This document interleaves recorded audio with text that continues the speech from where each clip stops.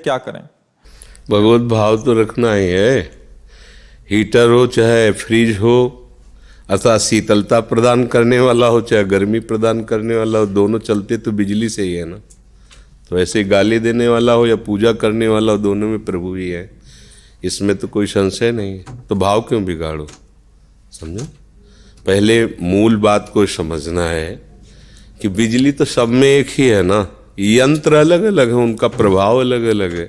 पंखा, cooler, AC, fridge, heater, कितने प्रकार के यंत्र हैं। ऐसे नाना प्रकार की सृष्टि है, उनमें बिजली भगवान है। ये मूल में बात याद रखोगे तो अब बिजली कट गई तो सब यंत्र ऐसे खड़े हैं, भगवान सब में है। ये यंत्र का अलग अलग प्रभाव है। हमारे करण है ना, मन बुद्धि चित्त अहंकार, मलिन है तो गाली बक रहे हैं, निर्मल है तो भगवान नाम कीर्तन कर रहे हैं, मलिन है तो दूसरों का अपमान कर रहे हैं, पवित्र हैं तो अपना मान रहित होकर दूसरों को सम्मान। तो ये गुण दोष है, तत्व तो उसी में वही है, भाव तो बिगाड़ना ही नहीं है। अच्छा, रही कोई भी बात की, जैसे किसानी है, व्यापार है, नौकरी है, ये सेवा है। हम सब भगवान के सेवक हैं, पूरी सृष्टि भगवान की है, अलग अलग डिपार्टमेंट बटे हुए हैं। कोई विरक्त है, कोई गृहस्थ है, कोई व्यापारी है, कोई किसान। उसी सृष्टि संचालक प्रभु की सब सेवा कर रहे हैं। आप प्रभु की सेवा मानकर किसानी करें, अतिथि और माता पिता का सम्मान करें। वो कैसे है नहीं देखना है। हम मूर्ति में सेवा इसलिए अच्छे से कर लेते कि मूर्ति कुछ कहती नहीं है, लेकिन मूर्तिमान प्रभु जब चलते फिरते माता पिता के रूप में है, तो देखो हमने देखा है वृद्धों की सेवा करके, वृद्धजनों की सेवा करो तो परिणाम में वो गाली मिलती है, क्योंकि वो भगवान ऐसा विधान रचते हैं, उनके पैर दबा रहे हैं, वो गाली दे रहे हैं। अब आपको गाली सह के चुपचाप सेवा करनी है। अगर उनकी गाली को सुनोगे तो फिर सेवा नहीं कर पाओगे। इसलिए मूर्ति सेवा से बढ़कर है, ये मूर्तिमान जगत के चलते फिरते भगवान की।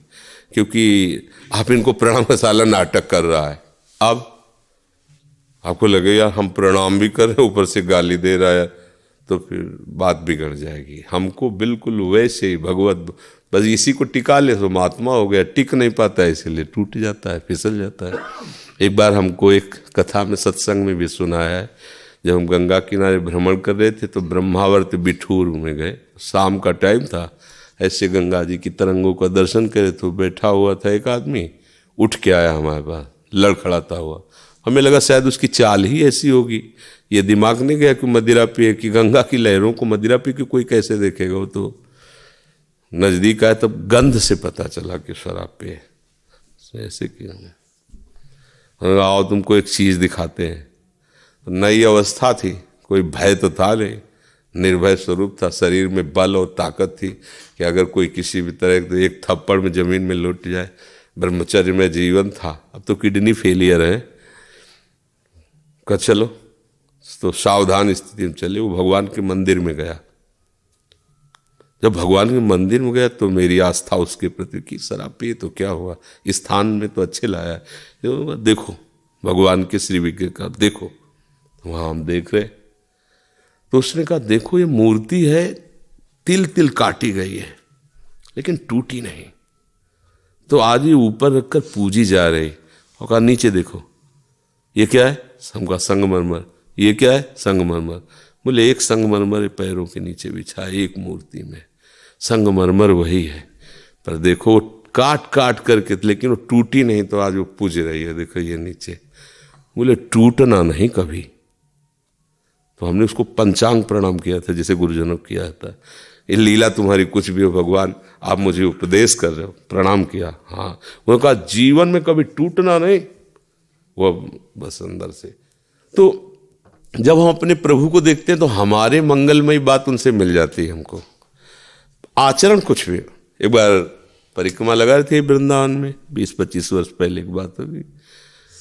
तो एक पीपल में सीधे जैसे जल नहीं चढ़ाया जाता, ऐसे वो मूत्रेंद्री खोल के मूत रहा था। महात्मा वेश में था। दृष्टि गई तो एकदम आवेश है, वो ऐसे मार गई में था।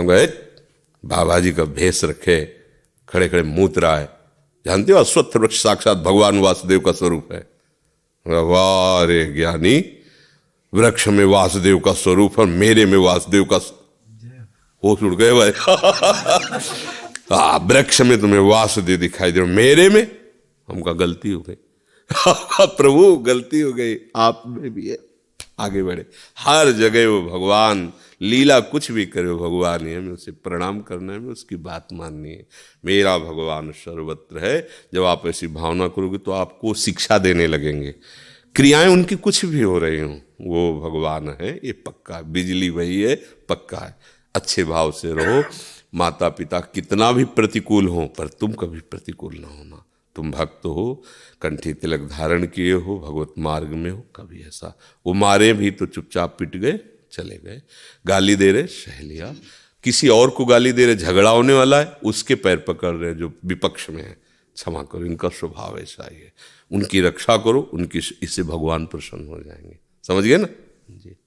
महाराज श्री